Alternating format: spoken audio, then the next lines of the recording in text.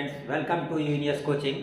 आज हम लोग करेंगे फिजिक्स कक्षा 12 में चैप्टर किरण प्रकाशिकी एवं प्रकाशिक यंत्र के most important numerical for board exam 2022। तो चैनल को सब्सक्राइब आप लोग अवश्य कर लें, क्योंकि हम बोर्ड एग्जाम 2022 के जितने भी हर चैप्टर के इम्पॉर्टेंट न्यूमेरिकल हैं वो आप लोगों के लिए करने वाले हैं। तो आज का पहला न्यूमेरिकल है, एक उत्तल लेंस की वायु में फोकस दूरी 20 सेंटीमीटर है। लेंस कैसा है? उत्तल लेंस। आप जानते हो उत्तल लेंस की फोकस दूरी पॉजिटिव होती है। फोकस दूरी कितनी है? 20 सेंटीमीटर। तो फोकस दूरी को दिखाते हैं F अक्षर से। वायु में, वायु का मतलब एयर, तो यहाँ पे साथ में हमने ए लगा दिया, यानी FA जो है हमारी, वो हमारी है 20 सेंटीमीटर। ठीक, क्वेश्चन में है कि उत्तल लेंस की वायु में फोकस दूरी 20 सेंटीमीटर। तो वायु मीन्स एयर, यानी FA बराबर 20 सेंटीमीटर। जल में फोकस दूरी निकालनी है। फोकस दूरी कहाँ निकालनी है? जल में। हमें दिया क्या है? ANG।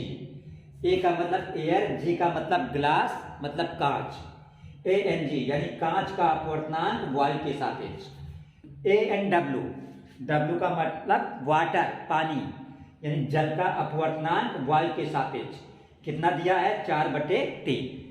लेकिन हमें ANG और ANW नहीं, हमको एक चीज और चाहिए। हमें निकालना है जल में फोकस दूरी। तो जल में फोकस दूरी निकालने के लिए हमें WNG चाहिए। क्या चाहिए? WNG। WNG का मतलब होता है कांच का अपवर्तनांक जल के सापेक्ष। तो हम लिखेंगे WNG। WNG का मतलब कांच का अपवर्तनांक जल के सापेक्ष।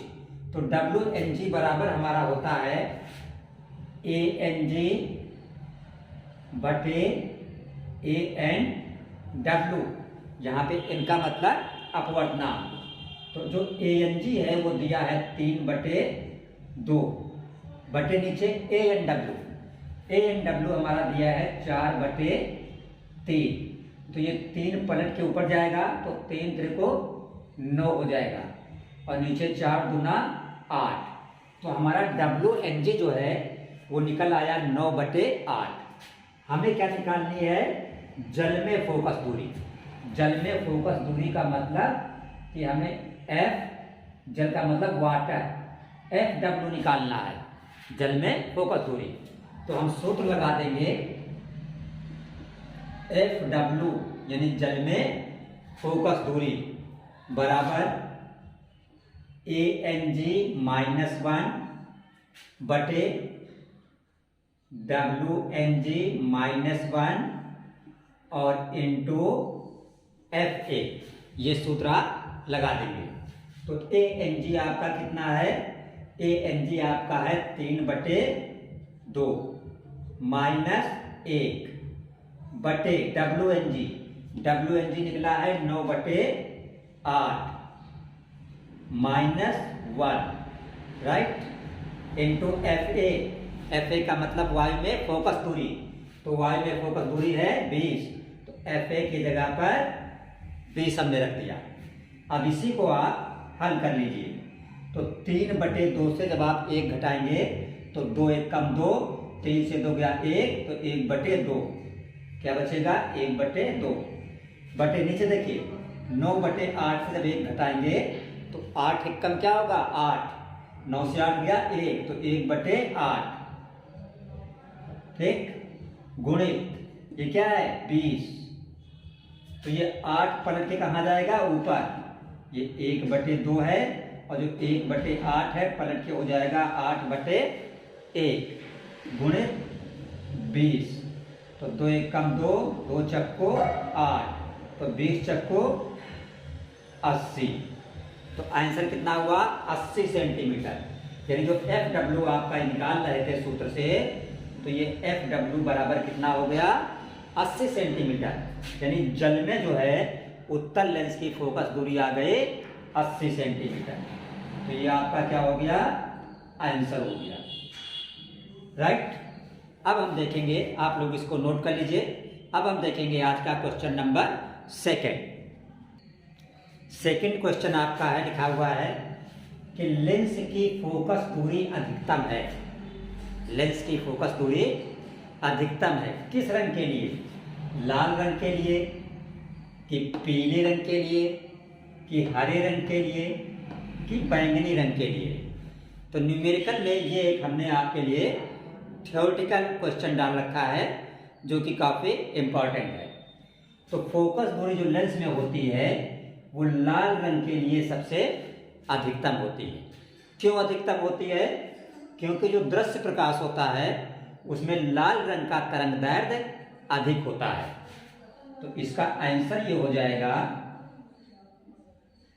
लाल रंग। लाल रंग की फोकस दूरी सबसे अधिक होती है किसी भी लेंस में, लेंस के लिए। रीजन, कारण इसका क्या है? कारण आप ये लिखेंगे कि दृश्य प्रकाश में जो लाल रंग होता है तो लाल रंग की तरंगदैर्घ्य लैम्डा ये सबसे अधिक होती है।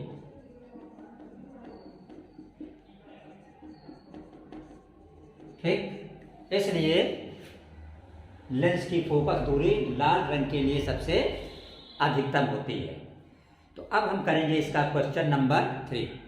क्वेश्चन नंबर 3 करने से पहले आप लोगों से एक छोटी सी रिक्वेस्ट है, प्लीज़ चैनल को सब्सक्राइब अवश्य करें, लाइक करें और अपने फ्रेंड को शेयर भी करें ताकि वो भी यूपी बोर्ड 2022 का अच्छे से अच्छे तैयारी कर सकें और अच्छे मार्क्स एग्जाम में ला सकें। तो now we see question number 3। देखिए जो क्वेश्चन नंबर 3 आपका है, क्या लिखा है? संपर्क में रखे उत्तल एवं अवतल लेंस। कौन कौन से लेंस हैं? हाँ, ये उत्तल और ये अवतल। इनकी फोकस दूरी कितनी है? 12 cm और 18 cm। इसका मतलब जो उत्तल लेंस की फोकस दूरी है वो 12 सेंटीमीटर है। उत्तल लेंस की कितनी है? 12 सेंटीमीटर। उत्तल लेंस की फोकस दूरी पॉजिटिव होती है कि निगेटिव होती है? पॉजिटिव होती है, यानी उत्तल लेंस की फोकस दूरी पॉजिटिव होती है।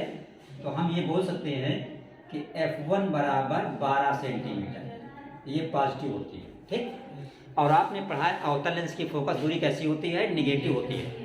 तो अवतल लेंस की 18 है तो f2 बराबर आप बोल दीजिए -18 सेंटीमीटर। आपको क्या निकालना है? संयुक्त लेंस की फोकस दूरी। तो संयुक्त लेंस की फोकस दूरी मान लीजिए क्या है? कैपिटल F, जो ये आपको निकालना है। तो थ्योरी में आपने पढ़ा है कि जब भी दो लेंस पास पास रखे होते हैं तो उनकी जो संयुक्त फोकस दूरी होती है तो सूत्र होता है 1/f बराबर 1/f1 प्लस 1/f2। तो यहाँ पे हम वही सूत्र लगा देंगे, 1/f बराबर 1/f1 प्लस 1/f2। तो 1/f1, f1 की जगह पे 12 प्लस 1/f2, f2 की जगह पे -18 और इधर क्या है? 1/f। अब आपको 1/12 और प्लस ये 1/-18 इसी को हल कर लेना है। यहाँ पे रफ में इसका हल देखिए, जैसे ये 1/12 लिखा है, ठीक है? ये देखिए प्लस माइनस मिलके क्या हो जाएगा? माइनस 1/18। ठीक, अब देखिए 18 को 1 में गुणा कर दो, 18 एकम 18 माइनस 12 एकम 12 और नीचे 12 और 18 है तो 12 गुणित 18। तो ऊपर से 18 से 12 गया, क्या बचा? 6 और नीचे 12 गुणित 18 तो 6 एकम 6, 6 दूना 12, यानी ऊपर बचा 1 और नीचे 18 दूना 36। तो आपने इसको हल जब किया इस चीज़ को तो कितना आ गया? 1/36 और इधर क्या है? 1/f। तिरछा गुणा कर दो, f के सामने 1 है तो f का 1 में गुणा होगा तो क्या हो जाएगा? f हो जाएगा और 36 से कम क्या हो जाएगा? 36। तो f बराबर 36 सेंटीमीटर। ये आपका आ गया आंसर। यानी संयुक्त लेंस की फोकस दूरी जो है वो कितनी है? 36 सेंटीमीटर। अब देखिए संयुक्त लेंस की फोकस दूरी जो है वो पॉजिटिव आ रही है। अगर यहाँ पे ये पूछा जाता कि संयुक्त लेंस जो है किस तरह बिहेव करेगा। तो चूंकि फोकस दूरी पॉजिटिव है और पॉजिटिव का मतलब उत्तल लेंस, इसका मतलब संयुक्त लेंस जो है वो उत्तल लेंस की तरह व्यवहार करेगा, राइट। तो ये था क्वेश्चन नंबर 3। अब जो आप इम्पोर्टेंट क्वेश्चन कर रहे हैं यूपी बोर्ड एग्जाम 2022 के लिए इस सीरीज में, इसका हम देखते हैं क्वेश्चन नंबर 4। देखिए क्वेश्चन नंबर 4 जो है इसमें क्या लिखा है, संपर्क में रखे, पढ़िए क्या लिखा हुआ है। हाँ, एक लेंस की फोकस दूरी जो है वो 25 है। तो आप ये समझ सकते हैं कि F1 बराबर कितना है, 25 सेंटीमीटर, ठीक। और दूसरे लेंस की फोकस दूरी कितनी है, -40 सेंटीमीटर। तो आप लिख सकते हैं F2 बराबर -40 सेंटीमीटर। पूछ क्या रहा है, इनकी संयोजन क्षमता। जब पास पास रखे हैं तो इनकी संयोजन क्षमता जो है वो क्या होगी। तो संयोजन क्षमता को किस अक्षर से प्रदर्शित करते हैं, संयोजन क्षमता को P से प्रदर्शित करते हैं। क्षमता को किससे प्रदर्शित करते हैं, P से। और P का मात्रक क्या होता है, डायोप्टर, ठीक है। तो हम इसका P अलग निकाल लेंगे और इसका P अलग निकाल लेंगे और दोनों को जोड़ देंगे तो कुल संयोजन क्षमता निकल आएगी, ठीक है। अब देखिए P जो निकाला जाता है, हमने बताया था कि जब भी फोकस दूरी सेंटीमीटर में हो, फोकस दूरी किस में हो, तो P किस सूत्र से निकाला जाता है, यस, P = 100/F। तो देखिए इसकी संयोजन क्षमता क्या हो जाएगी, P1 क्या हो जाएगी, तो P1 बराबर 100/F, F की जगह पे F1, तो 100/F1, F1 कितना है 25। तो ये आपका P1 बराबर 25 × 100, तो 4 डायोप्टर। यानी जिस लेंस की फोकस दूरी 25 सेंटीमीटर है उसकी क्षमता कितनी हुई, 4 डायोप्टर। अब देखिए इसी तरह इसकी आप क्षमता निकाल लीजिए, तो इसकी क्षमता क्या बोलेंगे, P2 100/F2, तो बराबर 100, F2 कितना है -40। तो ये 0 से 0 काट दो, 10/4 बचा। ये माइनस है तो माइनस लगाओ, 4 से जब आप 10 को भाग करोगे तो 2.5 आएगा। तो ये हो गया 2.5 डायोप्टर, ठीक। तो जिस लेंस की फोकस दूरी 25 सेंटीमीटर थी उसकी क्षमता निकली है 4 डायोप्टर, और जिस लेंस की फोकस दूरी -40 सेंटीमीटर थी उसकी क्षमता निकली है -2.5 डायोप्टर। तो हमें कुल संयोजन क्षमता निकालनी है, तो हम लिखेंगे कुल संयोजन क्षमता। तो क्या करेंगे, जोड़ देंगे P1 + P2, तो बराबर नीचे बराबर P1 कितना है 4 प्लस P2 कितना है -2.5। तो 4 से जब आप 2.5 घटाओगे तो क्या बचेगा, 1.5 डायोप्टर। ये आपका फाइनल आंसर हो गया, ठीक है। अब हम देखेंगे इसका क्वेश्चन नंबर 5।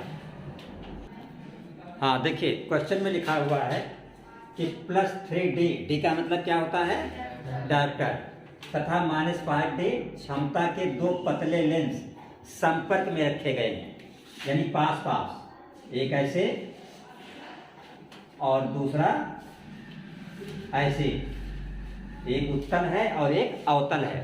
कैसे हमें पता चला कि एक उत्तल है एक अवतल है, क्योंकि एक पॉजिटिव है एक निगेटिव है। पॉजिटिव का मतलब उत्तल, निगेटिव का मतलब अवतल। तो इसके जो है इस कॉम्बिनेशन की संयोजन की क्या निकालना है, हमको फोकस दूरी निकालना है। तो दोनों लेंसों की क्षमताएं दी हैं, इसकी है +3D और इसकी है -5D। आपको पेपर में ये बनाने की जरूरत नहीं है, हम सिर्फ समझाने के लिए इसको बता रहे हैं। तो सबसे पहले आप इन दोनों की कुल संयोजन क्षमता निकालेंगे।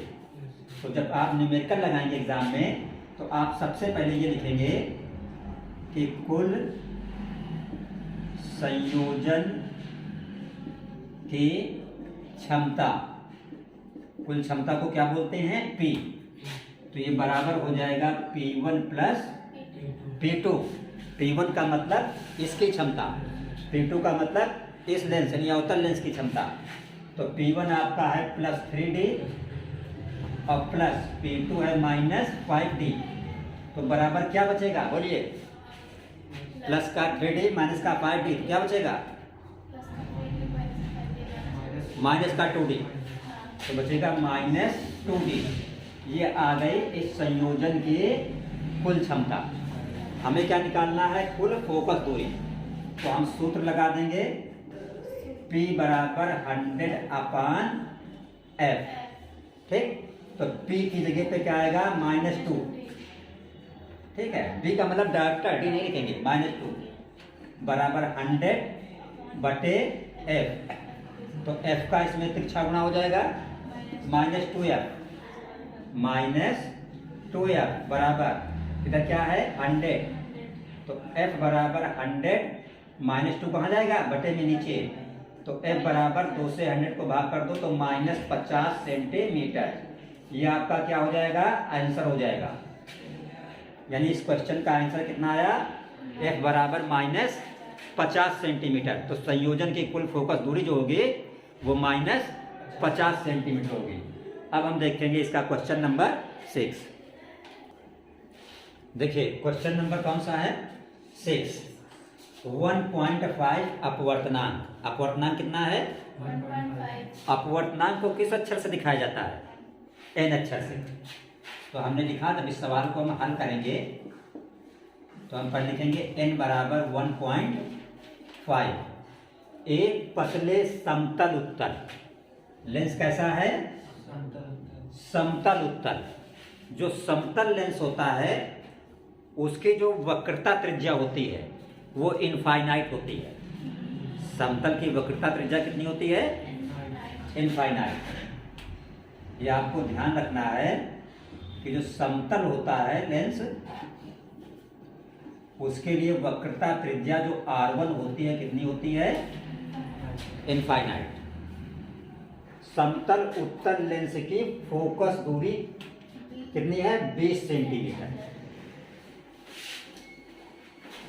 इस लेंस के वक्र पृष्ठ की वक्रता त्रिज्या ज्ञात करो। क्या ज्ञात करना है? वक्र पृष्ठ की वक्रता त्रिज्या। तो समतल की वक्रता त्रिज्या तो हमें पता है इनफाइनाइट होती है। समतल की वक्रता त्रिज्या कितनी होती है? इसका मतलब जो हमें वक्रता त्रिज्या निकालनी है, किसकी निकालनी है? उत्तल की। तो यहां हमने लिखा माना वक्रता त्रिज्या कौन सी? R2 बराबर R2। यही R2 हमें निकालना है। तो हमने एक सूत्र पढ़ा इस चैप्टर में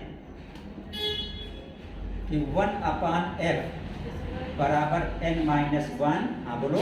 1/R1 - 1/R2। यस, सही है। 1/F बराबर n-1 इंटू 1/R1 - 1/R2। तो F हमें दिया है कितना है? 20। 1/F की जगह पर 20। n हमें दिया है कितना है? 1.5। तो n की जगह पे 1.5 -1 फिर 1/R1। R1 कितना है? इनफाइनाइट। -1/R2। ये R2 हमको निकालना है। ठीक है, तो देखिएगा ये 1/20 है। 1/20 बराबर, देखिए 1.5 से आप 1 घटाओगे तो कितना बचेगा? 0.5 बचेगा। बचेगा ना? 1.5 से 1 घटाओगे क्या बचेगा? 0.5। क्यों परेशान हो? बाद में नोट कर लेना, समझ नहीं आएगा फिर जुटे हो सर झुकाए, खाली मिलान खींचे रहो। 1.5 से 1 घटाओगे कितना बचेगा? 0.5 बचेगा। यहाँ पे कोई साइन नहीं तो क्या करोगे? इनटू 1/इनफाइनाइट मीन्स नथिंग, कुछ नहीं, 0 हो जाएगा। क्या बचेगा? -1/R2। -1/R2। तो देखिए अगर आप क्रॉस मल्टीप्लाई करें तो माइनस ये 0.5 इंटू -1 तो बराबर क्या हो जाएगा? -0.5। 5 × 5 बटे नीचे क्या है? R2। तो देखिए इधर 1/20 है, इधर -0.5/R2 है। तिरछा अगर आप गुणा करें तो R2 का 1 में गुणा होगा तो क्या हो जाएगा, R2 हो जाएगा। और 20 का 5 में गुणा होगा तो 20 पंचे 100 हो जाएगा। लेकिन यहाँ पे एक अंक बाद दशमलव है तो एक अंक के बाद दशमलव लग जाएगा, और ये माइनस है तो माइनस लगा दीजिए। तो R2 बराबर कितना आया, -10। इसका मतलब जो वक्रता त्रिज्या निकली वो -10 सेंटीमीटर होगी। आंसर आप लिख देंगे यहाँ पे -10 सेंटीमीटर। ठीक है, समझ में आया।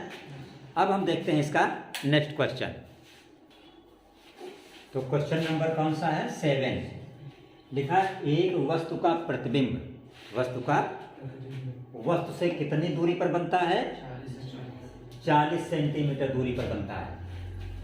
जबकि एक लेंस को इनके ठीक बीचों बीच में रखा जाता है, तब लेंस की क्षमता ज्ञात कीजिए। तो देखिए प्रतिबिंब जो बन रहा है कितनी दूरी पर बन रहा है, 40 सेंटीमीटर। प्रतिबिंब की दूरी को दिखाते हैं V से, किस अक्षर से, तो यहाँ पे आपका V जो है ये 40 सेंटीमीटर है और ये कैसा है, पॉजिटिव है। तो प्रतिबिंब की दूरी जो है उत्तल लेंस में पॉजिटिव होती है। किसमें पॉजिटिव होती है, इसका मतलब जो लेंस आपका है ये उत्तल लेंस है। बात सुना रहे ठीक से, ये आपका मुख्य अक्ष हो गया। ये आपको करने की जरूरत नहीं एग्जाम में, सिर्फ हम समझाने के लिए आपको बता रहे हैं। तो वस्तु का प्रतिबिंब जो है वस्तु से कितनी दूरी पर, 40। मान लो अगर ये आपकी वस्तु है, ये AB क्या है, वस्तु, तो प्रतिबिंब जो है ये A1 B1 वस्तु से प्रतिबिंब की दूरी, ये दूरी, ये पूरी कितनी है, 40 सेंटीमीटर। ये आपके क्वेश्चन में कह रहा है कि एक वस्तु का प्रतिबिंब वस्तु से 40 सेंटीमीटर की दूरी पर बनता है। फिर आगे पूछ क्या रहा है, कह रहा जब कि एक लेंस को ठीक बीच में रखा जाए, यानी लेंस को कहाँ रख दिया जाए, बीच में। तो जब आप लेंस को बीचों बीच में रख देंगे तो 40 क्या होगी, आधी आधी हो जाएगी, यानी 20 लेंस के इधर और 20 लेंस के उधर। तो 20 लेंस के इधर का मतलब कि वस्तु की दूरी भी 20 सेंटीमीटर, और 20 इधर का मतलब कि प्रतिबिंब भी 20 सेंटीमीटर की दूरी पर। बात समझ आई। अभी वस्तु और प्रतिबिंब के बीच की दूरी कितनी है, 40 सेंटीमीटर।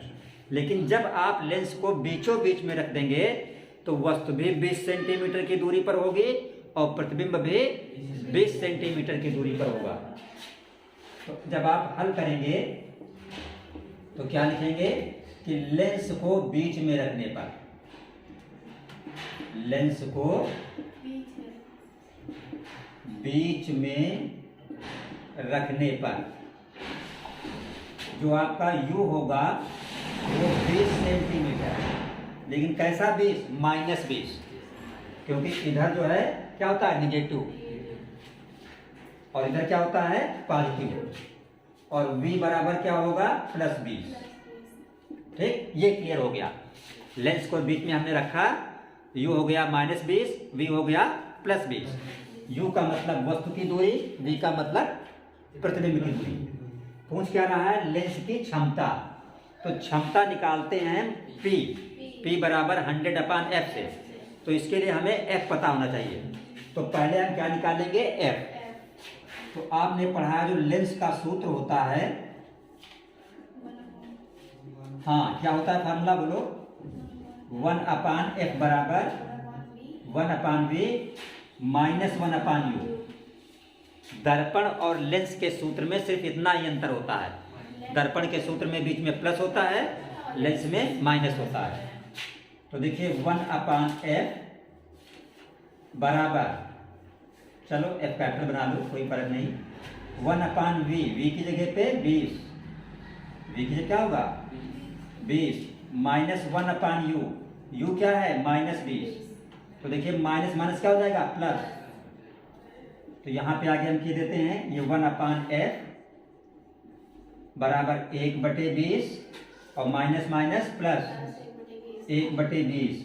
आप देख रहे हो हर बराबर है, तो जब हर बराबर है तो अंश जुड़ जाता है, तो एक एक क्या हो जाएगा 2, 2/20। तो 2 एक कम 2, 2 दाहम 20। तो इधर 1/f, इधर 1/10। तिरछा गुणा कर दो, f का 1 में गुणा तो f, और ये 10 एक कम 10। f बराबर आ गया आपका 10 सेंटीमीटर। लेकिन आपको निकालना क्या है, क्षमता P।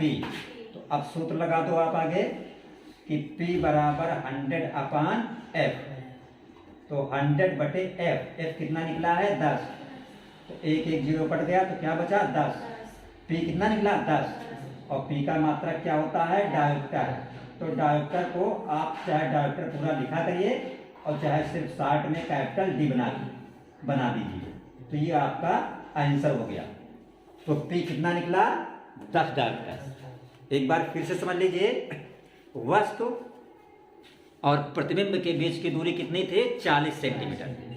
वो कह रहा कि अगर लेंस को बीचों बीच में रखा जाए, तो जब आप लेंस को बीचों बीच में रखेंगे तो 40 जो है हाफ इधर हाफ इधर, यानी वस्तु की दूरी 20 मीन्स -20, प्रतिबिंब की दूरी 20 मीन्स +20। तो पहले हम f निकाल लेंगे किस सूत्र से, 1/f बराबर 1/v माइनस 1/u से। और जब f निकल आएगा तो हम p निकाल लेंगे, सूत्र p बराबर 100/f से। अब हम देखते हैं इसका क्वेश्चन नंबर 8। ठीक है, देखिए अगला क्वेश्चन नंबर कौन सा है, 8। क्या लिखा है, 12 सेंटीमीटर फोकस दूरी के एक उत्तल लेंस। उत्तल लेंस की फोकस दूरी कितनी है, 12 सेंटीमीटर। 36 सेंटीमीटर फोकस दूरी के एक अवतल लेंस। अवतल लेंस की फोकस दूरी कितनी है, 36 सेंटीमीटर के संपर्क में रखा गया। एक इस तरह उत्तल लेंस है जिसकी फोकस दूरी है 12 सेंटीमीटर, और एक है अवतल लेंस जिसकी फोकस दूरी है 36 सेंटीमीटर। इन दोनों को पास में रखा गया। ठीक है, फिर आगे क्या कह रहा है, इस संयुक्त लेंस से 27 सेंटीमीटर दूरी पर, इस संयुक्त लेंस से वस्तु कितनी दूर रखी है, 27। तो उस वस्तु का जो प्रतिबिंब बनेगा उसकी प्रकृति क्या होगी, स्थिति क्या होगी, और उसका आवर्धन क्या होगा।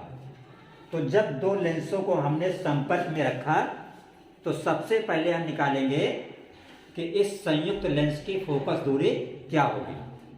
तो सबसे पहले हम लिखेंगे, जब क्वेश्चन को हल करेंगे तो हम लिखेंगे संयुक्त लेंस की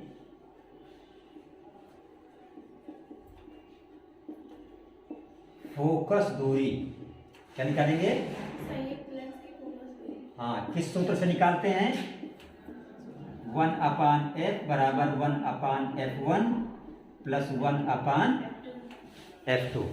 ठीक है, तो जो 1/f1 है, f1 हमारा कितना है 12 सेंटीमीटर। 1/f2, f2 हमारा कितना है -36 सेंटीमीटर। तो प्लस माइनस मिलके क्या हो जाएगा, माइनस। तो 1/12 माइनस 1/36। देखिए 12 और 36 का अगर आप लघुत्तम लें तो कितना होता है, 36। 12 36, तो 12 36, 3 माइनस 36 से कम 36, 1 3 से 1 दिया 2/36, 2 1 कम 2, 2 से भाग किया 18, 1/18। तो 1/f जो है ये बराबर हुआ 1/18 के। तो तिरछा गुणा कर दो, f का 1 में गुणा f और 18 1 कम 18। तो कहने का मतलब ये हुआ कि जो आपका संयुक्त लेंस होगा उसकी फोकस दूरी कितनी होगी, 18 सेंटीमीटर। तो सबसे पहले ये लिखा जाएगा। ठीक है, डस्टर कहाँ पे है, ये कपड़ा, तो इसको हम इरेज किए दे रहे हैं, इसको नोट कर लो, जगह कम है। तो संयुक्त लेंस की फोकस दूरी जो निकली है वो 18 निकली है। तो हमने लिख दिया यहाँ पे कि संयुक्त लेंस की फोकस दूरी संयुक्त लेंस की फोकस दूरी f कितनी निकली है? 18 सेंटीमीटर। अभी आपने यहाँ पे करके देखा था। अब वस्तु कितनी दूर रखी जा रही है? 27 सेंटीमीटर। वस्तु की जो दूरी है वो है 27 सेंटीमीटर। और वस्तु की दूरी क्या होगी? निगेटिव की पॉजिटिव? भाई वस्तु लेंस के इधर रहती है ना, तो निगेटिव होगी। ठीक, तो हमें क्या निकालना है? प्रतिबिंब की प्रकृति, स्थिति एवं आवर्धन। तो प्रतिबिंब की दूरी को किससे दिखाया जाता है? v अक्षर से।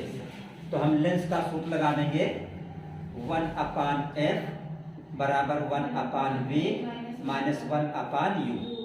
तो 1/v भी हमें निकालना है, माइनस 1/u, u कितना है? -27, और 1/f, f हमारा कितना निकला है? 18। तो 1/18 बराबर 1/v माइनस माइनस क्या हो गया? प्लस 1/27। तो 1/27 प्लस का इधर आ जाएगा तो क्या हो जाएगा? माइनस का।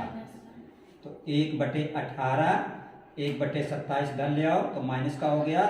तो इधर क्या बचा? 1/v। ठीक है, तो अब देखिए 1/v जो है ये बराबर हुआ 18 और 27 का लघुत्तम कितना होगा? 9 दूना 18, 9 3 27, 54 होगा। 18 और 27 का लघुत्तम आप निकालेंगे कितना आएगा?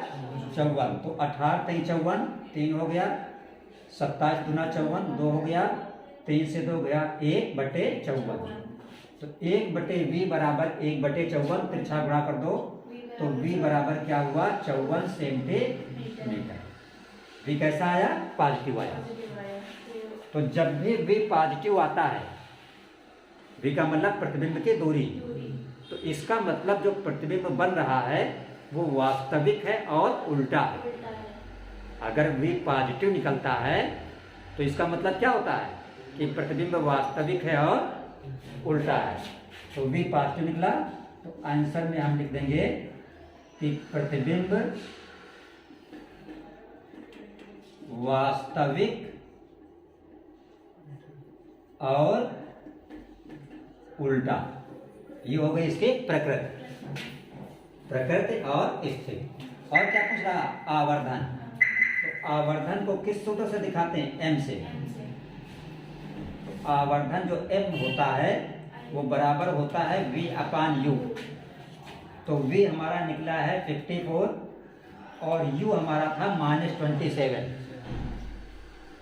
तो 27 से 54 को भाग कर देंगे तो -2। तो जो आवर्धन m आया ये -2, ये आपका दूसरा आंसर हो गया। तो आपसे पूछा था प्रतिबिंब की प्रकृति स्थिति, तो प्रतिबिंब वास्तविक बनेगा, उल्टा बनेगा, और आवर्धन कितना आएगा? -2। आवर्धन का कोई मात्रक नहीं होता। क्यों? क्योंकि v/u, v भी एक दूरी है, u भी एक दूरी है। ठीक है, तो सेम अनुपात जब होता है तो उसका मात्रक नहीं लिखा जाता है। तो आई होप आपको ये क्वेश्चन नंबर 8 भी अच्छी तरीके से समझ में आ गया होगा। अब हम करते हैं इसका क्वेश्चन नंबर 9। देखिए क्वेश्चन नंबर 9 जो है लिखा है एक प्रिज्म का अपवर्तन कोण कितना है? 60 अंश। हमने बताया था आपको प्रिज्म में कि जैसे ये प्रिज्म है तो ये कोण जो होता है इसको क्या कहा जाता है? अपवर्तन कोण। ठीक है, अपवर्तन क्या लिखा क्या था? डेफिनेशन में देखिएगा।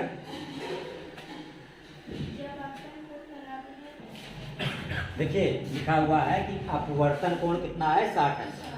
तो हमने आपको बताया कि ये कोण A होता है, इसको प्रिज्म कोण भी कहा जाता है और इसको अपवर्तन कोण भी कहा जाता है। इस कोण को प्रिज्म कोण भी कहते हैं और अपवर्तन कोण भी कहते हैं। तो ये कितना है? 60 अंश। तो A आपका है 60 अंश। ठीक, और क्या दिया है? प्रकाश की किरण 50 अंश पर, कितने अंश पर? आपतित होती है। तो जितने पे आपतित होती है, ये अभिलंब हो गया, ये आपतित किरण, तो क्या होता है? अभिलंब और आपतित किरण के बीच बना कोण क्या होता है? आपतन कोण I। ठीक है, तो ये 50 अंश पर आपतित होती है।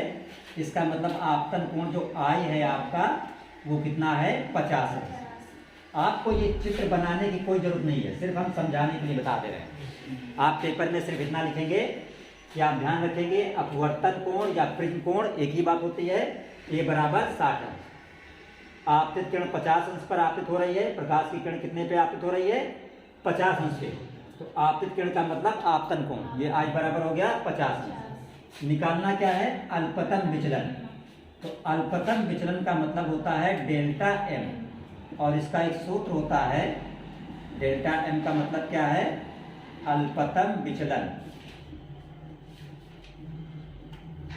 और अल्पतन विचलन का सूत्र होता है 2i माइनस ए, तो बराबर 2i की जगह पे आप 50 रख दीजिए, माइनस ए की जगह पर 60।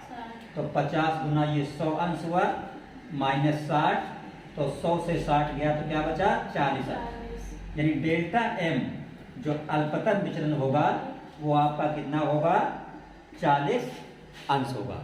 ठीक, तो अब हम जो है इसी श्रृंखला में, इसी इम्पोर्टेंट सीरीज में किरण प्रकाश की और प्रकाश की यंत्र में इसका क्वेश्चन नंबर 10 देखिए। क्वेश्चन नंबर 10 जो है लिखा हुआ है किसी प्रिज्म के लिए अल्पतन विचलन कोण 30 अंश है।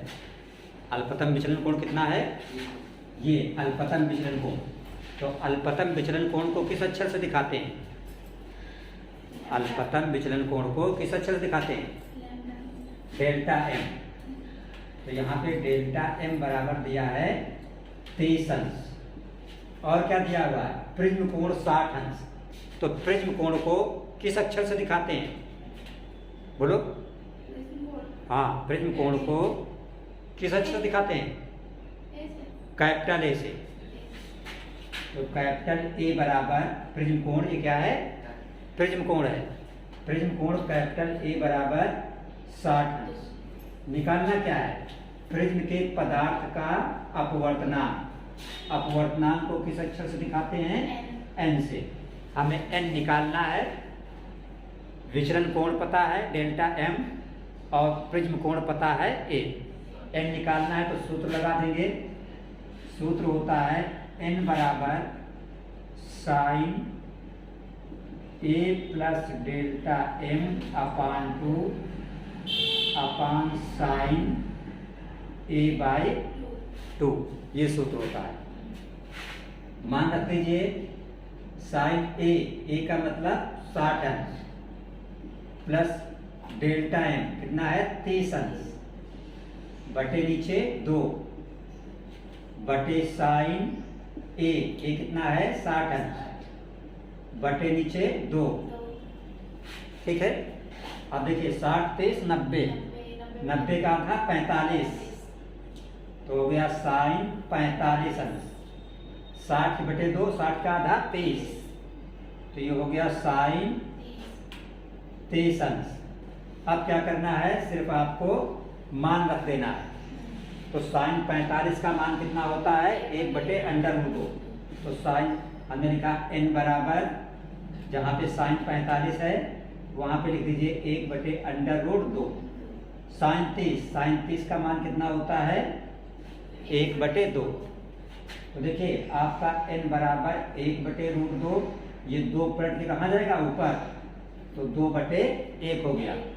यानी n बराबर 2 1 कम 2 और बटे रूट 2। तो आप जो ये ऊपर का 2 है इसको क्या लिख सकते हो अंडर रूट 2 गुणित अंडर रूट 2 लिख सकते हो ना।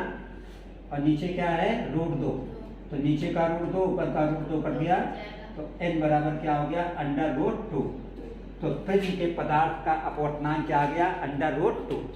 ये आपका आंसर हो गया। ठीक, अब हम देखेंगे इसका क्वेश्चन नंबर 11।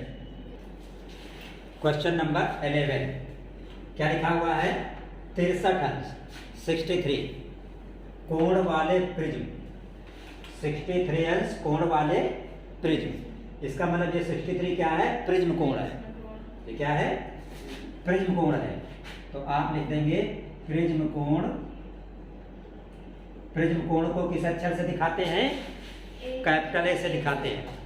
तो प्रिज्म कोण कैपिटल ए बराबर आपका है 63 अंश। और क्या दिया हुआ है क्वेश्चन में? विचलन कोण। विचलन कोण कितना दिया हुआ है? 29 अंश। तो विचलन कोण को किस अक्षर से दिखाते हैं?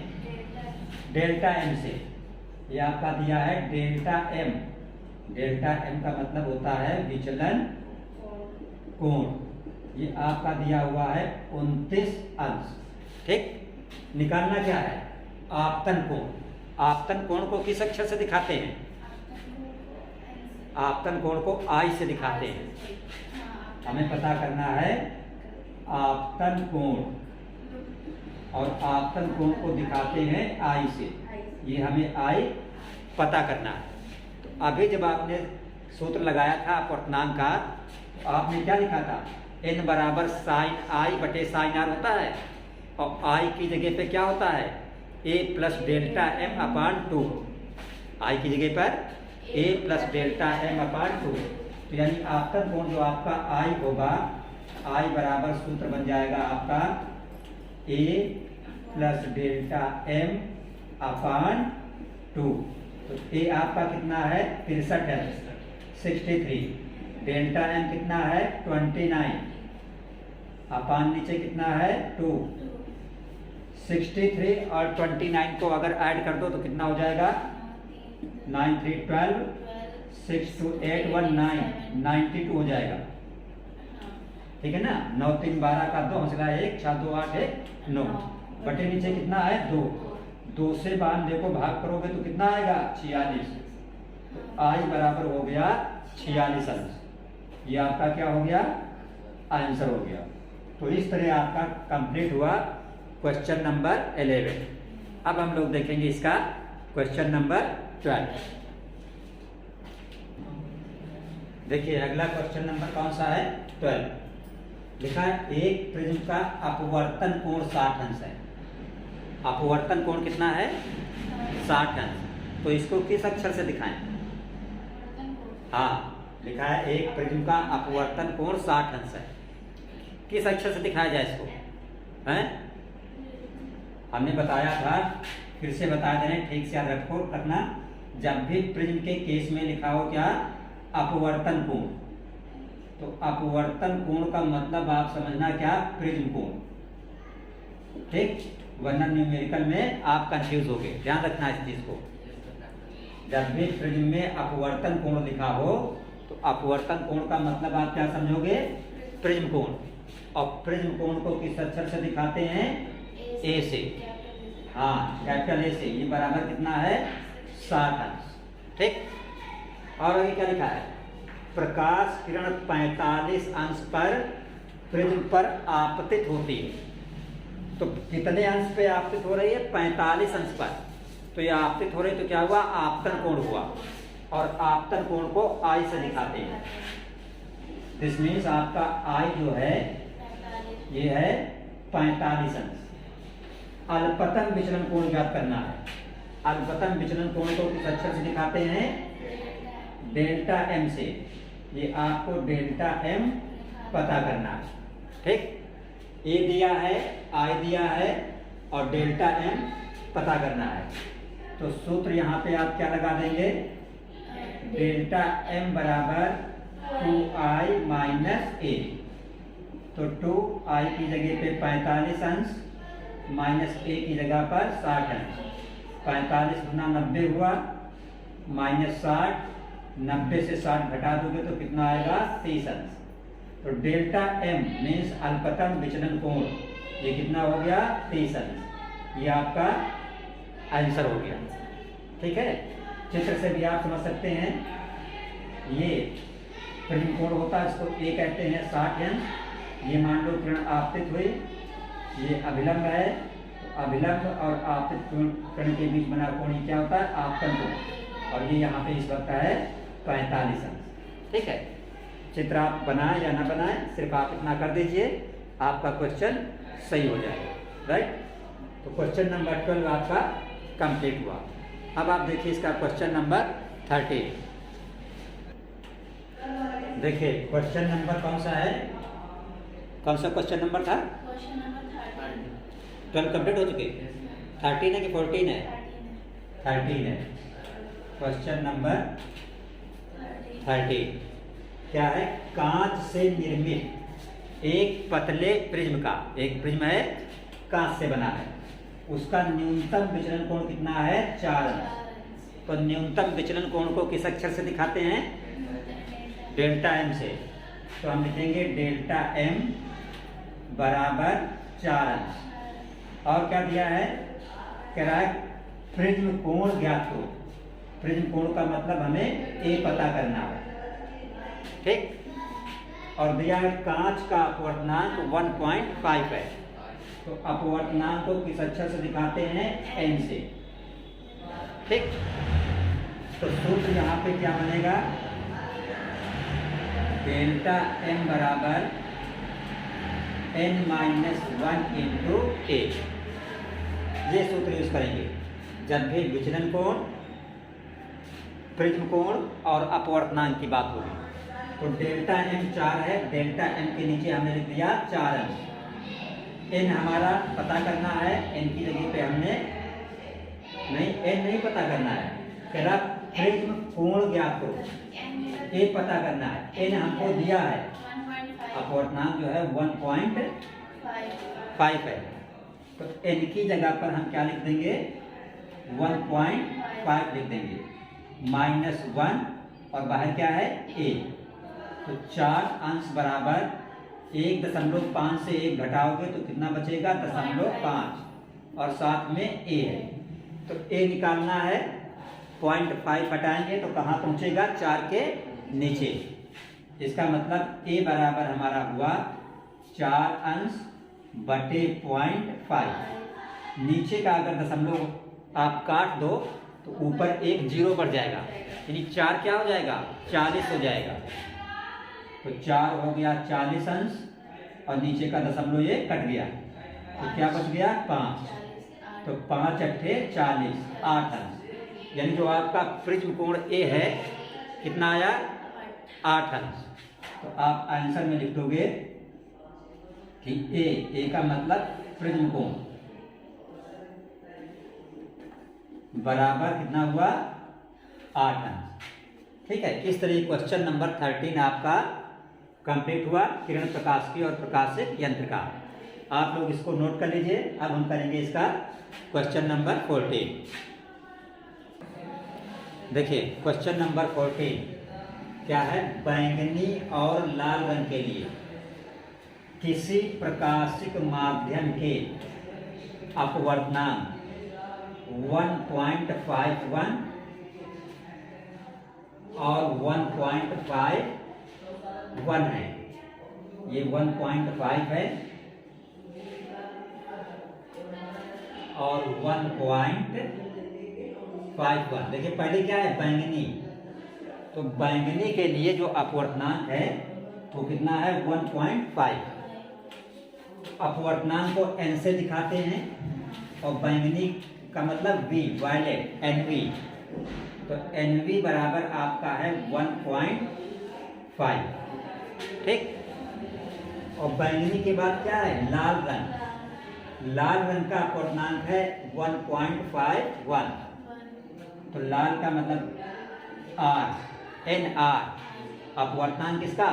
R मीन्स रेड, लाल का। ये बराबर है 1.51। प्रिज्म कोण 5 अंश। प्रिज्म कोण का मतलब ए बराबर 5 अंश। निकालना क्या है? कोणीय वर्ण विक्षेपण। तो ये सीधा डायरेक्ट सूत्र होता है कोणीय वर्ण विक्षेपण का NV minus NR into capital A.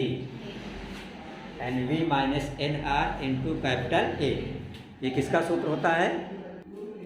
देखिए एक चीज यहाँ पे करेक्ट कर लो, ये जो 1.5 तुमने लिखा है 1.5 इन क्वेश्चन में 1.54 है, ठीक है।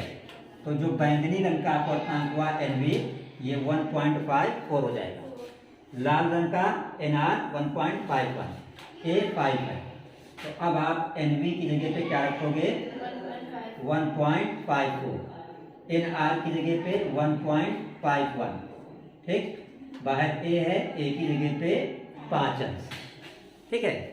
अब आप इसको घटाइए 1.54 से 1.51, तो कितना बचेगा? 4 से 1 गया 3, 5 से 5 गया 0, और ये पॉइंट 1 से 1 गया 0, ये बचेगा। 0.3 लिख दोगे गलत हो जाएगा, 0.03 इंटू फिर क्या है 5, तो 5 3 15, यहाँ पे 2 अंक के बाद दशमलव है, तो 2 अंक के बाद आप दशमलव लगा दीजिए। तो कोणीय वर्ण विक्षेपण जो आपका आया वो कितना आया? 0.15। तो यहाँ पे आंसर लिख दीजिए 1.5। इस तरह आपके क्वेश्चन कितने कंप्लीट हो गए? 14। देखिए क्वेश्चन नंबर 15 क्या है आपका? किसी पदार्थ के कौन सा रंग? लाल रंग और बैंगनी और पीला, तीनों के लिए क्या दिए हैं? अपवर्तनांक।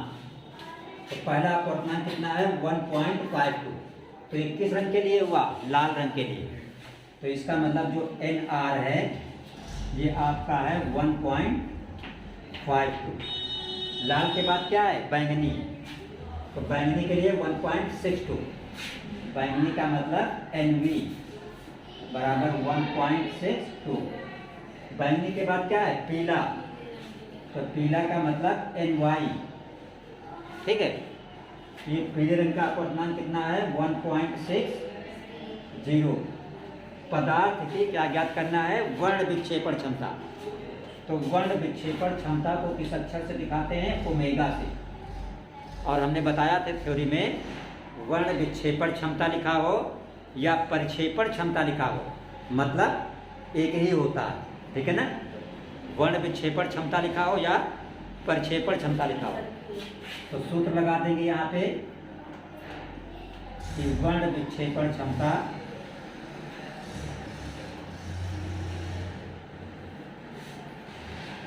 ओमेगा बराबर N V minus N R upon N Y minus 1। बस मान रख देंगे एन वी की जगह पे 1.62 माइनस एन आर की जगह पे 1.52 बटे एन वाई की जगह पे 1.60 माइनस 1, ठीक है।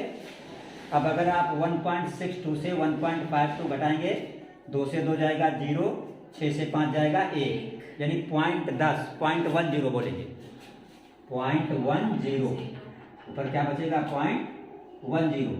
नीचे 1.60 से 1 माइनस करेंगे 1 कट जाएगा, नीचे बचेगा 0.60।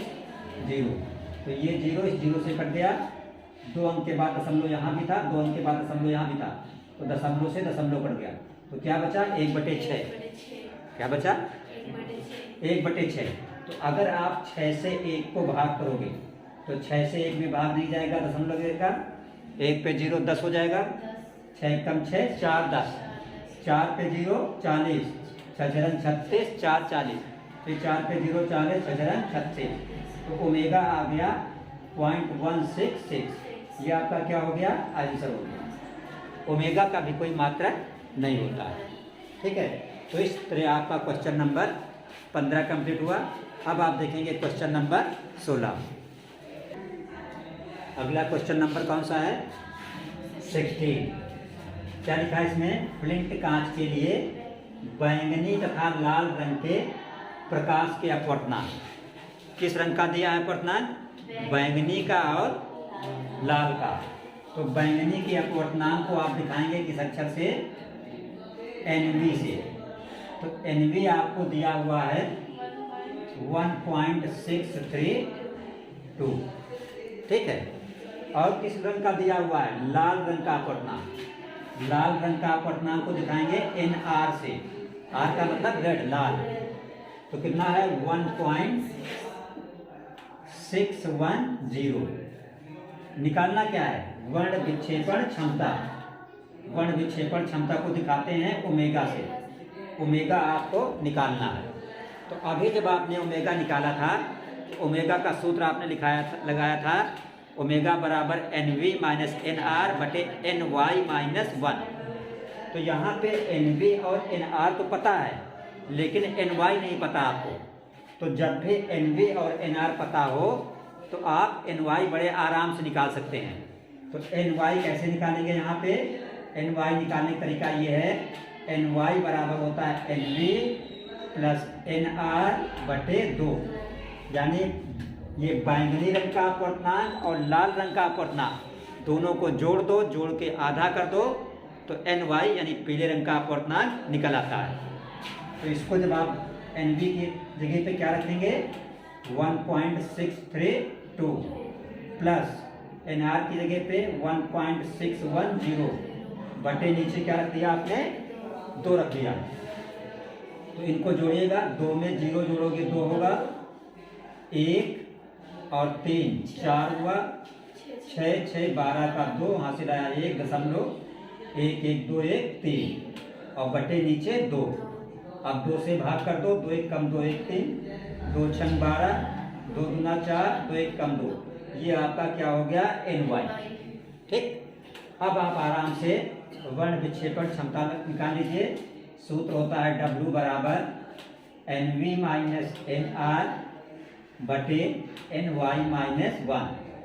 तो एन वी की जगह पे आप क्या रख देंगे 1.632 माइनस एन आर की जगह पे 1.610 बटे एन वाई आपका है 1.621, एन वाई माइनस 1, ये आपका हो गया -1।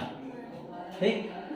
घटा दो पर 2 से 0 जाएगा, 2 बचेगा, 3 से 1 जाएगा, कितना बचेगा 2 बचेगा, 6 से 6 जाएगा 0 बचेगा, दशमलव लगा दिया, 1 से 1 जाएगा 0 बचेगा, कोई फायदा नहीं रखने से।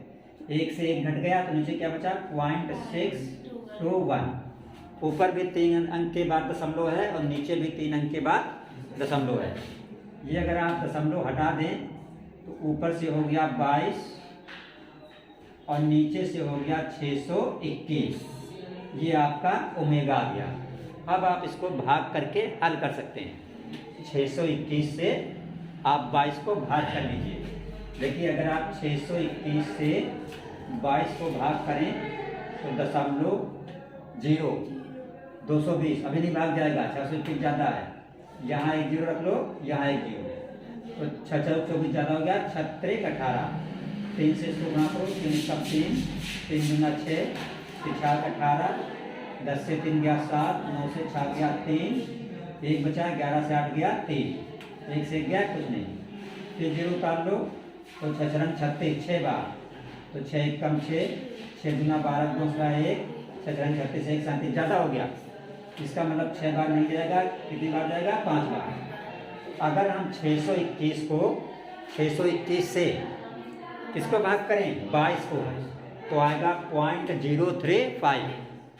तो हमने यहाँ पे लिख दिया 0.035, इसको हटा दीजिए। ठीक। अब अगर इसको हम 10 की घात में लिखना चाहें तो साइंस में मैथ में नियम होता है आंसर लिखने का कि दशमलव के इस तरफ यानी बाईं तरफ केवल 1 अंक होना चाहिए। कितना होना चाहिए? यहाँ दशमलव के इस बाईं तरफ कोई भी अंक नहीं दिख रहा, तो इस दशमलव को उठा के कहाँ ले जाएं? यहाँ पे ले जाएं। तो हम लिखेंगे इसको 3.5। अब देखिए दशमलव के इधर 1 अंक दिख रहा है कि नहीं? अब दशमलव हम कितने दर्जा बढ़ाया हमने? दशमलव हमने 2 अंक बढ़ाया है। तो जब हमने 2 अंक बढ़ाया है तो 10 की घात कितना -2। ये हमारा ओमेगा आ गया। ये आपका आंसर हो गया। मात्रक कोई भी नहीं लिखा जाएगा। ठीक है, क्योंकि ओमेगा क्या है? अपवर्तनांक का अनुपात है। और जब कोई भी चीज़ सेम यूनिट का सेम क्वांटिटी का रेशियो होता है, अनुपात होता है, तो उसका मात्रक जो है वो नहीं लिखा जाता है। तो ये आपका हो गया क्वेश्चन नंबर 16। देखिए क्वेश्चन नंबर 17 आपका है, एक निकट दृष्टि दोष वाला व्यक्ति 30 सेंटीमीटर से अधिक दूर की वस्तु को स्पष्ट नहीं देख सकता। 30 सेंटीमीटर से अधिक दूर की वस्तु को स्पष्ट ठीक है। व्यक्ति को दोष कौन सा है? निकट दृष्ट दोष। निकट दृष्ट दोष किसको कहते हैं? जिस इंसान को पास की वस्तु दिखे, यानी 25 तक दिखे, 23 तक दिखे, बट उसके आगे की न दिखे। अगर किसी आदमी को पास की वस्तु दिख रही है और दूर की नहीं दिख रही है, यानी 25 सेंटीमीटर तक, 30 सेंटीमीटर तक दिख रहा है और उसके आगे नहीं दिख रहा है, तो इसका मतलब उसकी आंखों में कौन सा दोष है? निकट दृष्टि दोष। तो कह रहा है 30 से अधिक की वस्तु नहीं देख पा रहा है। भाई आदमी देखेगा कब? जब उसका चित्र बनेगा रेटिना पर। तो 30 से अधिक की दूरी का नहीं देख पा रहा है, इसका मतलब 30 तक का देख रहा है। इसका मतलब क्या हुआ? 30 सेंटीमीटर दूरी तक का वो देख रहा है, यानी 30 सेंटीमीटर तक प्रतिबिंब बन रहा है। तो प्रतिबिंब की दूरी को किस अक्षर दिखाते हैं? V से। तो यहाँ पे हमारा V जो हुआ ये बराबर हो गया 30 सेंटीमीटर। कितना हुआ? और क्या क्या लिखा है? अनंत पर स्थित वस्तु को देखने के लिए कितनी फोकस दूरी के तथा किस प्रकार के लेंस की आवश्यकता होगी। पूछ रहा है कि अगर वस्तु रखी हो कहाँ पे? अनंत पर, ठीक है। अब उसको 30 से ज़्यादा दिख नहीं रहा और वस्तु है अनंत की, तो कैसे दिखेगा? तो उसको चश्मा लगवाना होगा। तो कह रहा अगर अनंत पर रखी वस्तु है तो उसे जो चश्मा लगवाना होगा उसका लेंस कैसा होगा? उत्तल की अवतल, और उसकी फोकस दूरी कितनी होगी? तो वस्तु कहाँ है? अनंत पर। तो वस्तु की दूरी को दिखाया जाता है U अक्षर से, और अनंत का मतलब ये इनफाइनाइट। और वस्तु की दूरी कैसी होती है? निगेटिव। तो ये हो गया माइनस। अब सबसे पहले हमें क्या निकालनी है? किस प्रकार के लेंस की और कितनी फोकस दूरी। कितनी फोकस दूरी यानी हमको F निकालना है। क्या निकालना है? F, फोकस दूरी। ठीक से लिख लो इसको, फोकस दूरी F, ये पता करना है। तो सूत्र आप यहाँ पे लगा दीजिए 1/F 1/V माइनस 1/U। तो 1/V, V की जगह पर 30 माइनस 1/इनफाइनाइट। और कैसा इनफाइनाइट? Negative infinite. ठीक है। देखिए कुछ गड़बड़ तो नहीं हो रही इसमें। देखिए इसमें जो V आपने 30 लिखा है, तो ये V कैसा होगा? निगेटिव होगा, ठीक है। -30। तो यहाँ पे आप क्या लिखेंगे? -30। तो 1/F बराबर 1/30। और ये माइनस माइनस क्या हो गया? प्लस 1/इनफाइनाइट। तो 1/इनफाइनाइट का मतलब 0, ये खत्म हो जाएगा। तो एक तरफ बचा 1/F, एक तरफ बचा 1/-30। तिरछा गुणा कर दोगे, F का 1 में गुणा तो F हुआ, और 30 एक कम 30, प्लस माइनस का गुणा माइनस, F बराबर -30। तो फोकस दूरी कितनी आ गई? -30। आंसर लिखेंगे आप अपना कि F बराबर 30 सेंटीमीटर। आंसर में माइनस लिखने की कोई ज़रूरत नहीं है। माइनस चिन्ह क्या बता रहा है? कि लेंस जो है कैसा है? अवतल है, क्योंकि उत्तल लेंस की फोकस दूरी पॉजिटिव होती है, अवतल की निगेटिव। तो चूंकि फोकस दूरी निगेटिव है, इसलिए लेंस कैसा होगा? अवतल लेंस होगा। ठीक, ये आंसर होगा क्वेश्चन नंबर 17 का। अब इस चैप्टर के आपने लगभग सभी न्यूमेरिकल कर लिए इंपॉर्टेंट। लास्ट न्यूमेरिकल इसका देख लीजिए। देखिए देखते हैं आज का लास्ट क्वेश्चन, क्वेश्चन नंबर 18। किरण प्रकाशिकी और प्रकाशिक यंत्र, जो पूरा चैप्टर था, इसमें अपवर्तन से रिलेटेड क्वेश्चन थे, प्रिज्म से संबंधित क्वेश्चन थे, निकट दृष्टि दोष, दूर दृष्टि दोष जो आपके कोर्स में सिलेबस में है उससे संबंधित क्वेश्चन थे। सभी क्वेश्चन हमने इसमें कवर किए हैं। आप इनको अच्छे से तैयार कर लीजिए। यूपी बोर्ड 2022 के एग्ज़ाम में आप अच्छे मार्क्स ला सकते हैं। और अभी तक जिन बच्चों ने चैनल सब्सक्राइब नहीं किया है उनसे रिक्वेस्ट है कि चैनल अवश्य सब्सक्राइब कर लें, ताकि फिजिक्स के हर चैप्टर की इंपॉर्टेंट न्यूमेरिकल उन तक पहुंचती रहे। तो देखिएगा आज का लास्ट क्वेश्चन, लिखा है एक दूरदृष्टि दोष वाले मनुष्य का निकट बिंदु आंख से 150 सेंटीमीटर पर है। यदि वह 25 सेंटीमीटर दूर स्थित पुस्तक को पढ़ना चाहता है तो उसे कैसा तथा कितनी फोकस दूरी का लेंस लगाना होगा। इसमें एक शब्द लिखा है निकट बिंदु। क्या लिखा है? निकट बिंदु का मतलब होता है वह बिंदु, वह दूरी जहां तक आदमी को क्लियर दिखता है। निकट बिंदु का मतलब क्या होता है? जहां तक आदमी को क्लियर दिखे, स्पष्ट दिखे। जैसे किताबों में क्या माना जाता है कि निकट बिंदु 25 सेंटीमीटर होता है। ऐसा माना जाता है, लिखा है किताबों में कि 25 सेंटीमीटर पर आदमी अगर पढ़े तो उसको बिल्कुल स्पष्ट दिखता है। शर्त यह है कि उसकी आंखों में कोई बीमारी ना हो। लेकिन ये ऐसा कोई नहीं, नाप तोल के नहीं कि 25 सेंटीमीटर पे किताब रखे हैं, ऐसा तो नहीं होता है। 26 पे है, 28 पे है, 27 पे है, 30 पे है, ठीक। ये नहीं कि नाप के पढ़िए कि 25 सेंटीमीटर पे रखा हो। नाप के पढ़ेंगे तो आंखों पे और प्रेशर पड़ने लगेगा, ठीक। तो लिखा है निकट बिंदु आंख से 150 सेंटीमीटर पर है। इसका मतलब कि उसे 150 सेंटीमीटर पर क्लियर दिख रहा है। आगे कह रहा है यदि 25 सेंटीमीटर दूर स्थित पुस्तक को पढ़ना चाहता है।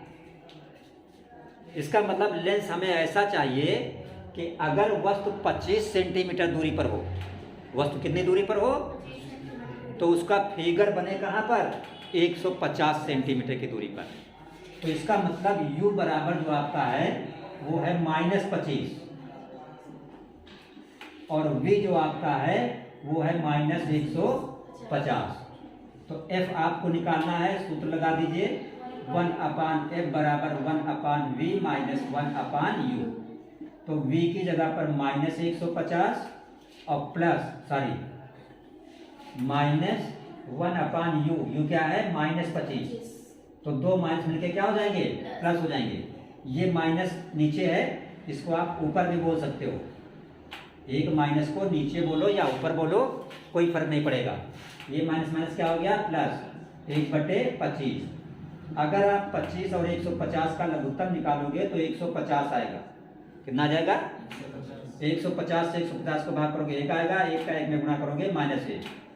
25 को 150 से भाग करोगे 6 हो जाएगा, 6 से 1 घटाओगे 5 बचेगा और नीचे क्या है? 150। 5 × 5, 5 × 15 0, 1/30। यानी 1/f जो है, ये 1/f बराबर कितना आया? 1/30। तिरछा गुणा कर दो तो f बराबर कितना हुआ? 30। ये आंसर आपका हो गया। आपको जो लेंस लगवाना है चश्मे में, उसकी फोकस दूरी कितनी होनी चाहिए? 30 सेंटीमीटर। और फोकस दूरी आ रही पॉजिटिव, धनात्मक। इसका मतलब लेंस कैसा है? उत्तल। लेंस का प्रकार कैसा है? उत्तल लेंस। तो आपका आंसर ये बना कि आपको 30 सेंटीमीटर फोकस दूरी वाला उत्तल लेंस लगाना होगा। तब आप 25 सेंटीमीटर दूर स्थित वस्तु को 150 सेंटीमीटर की दूरी पर आराम से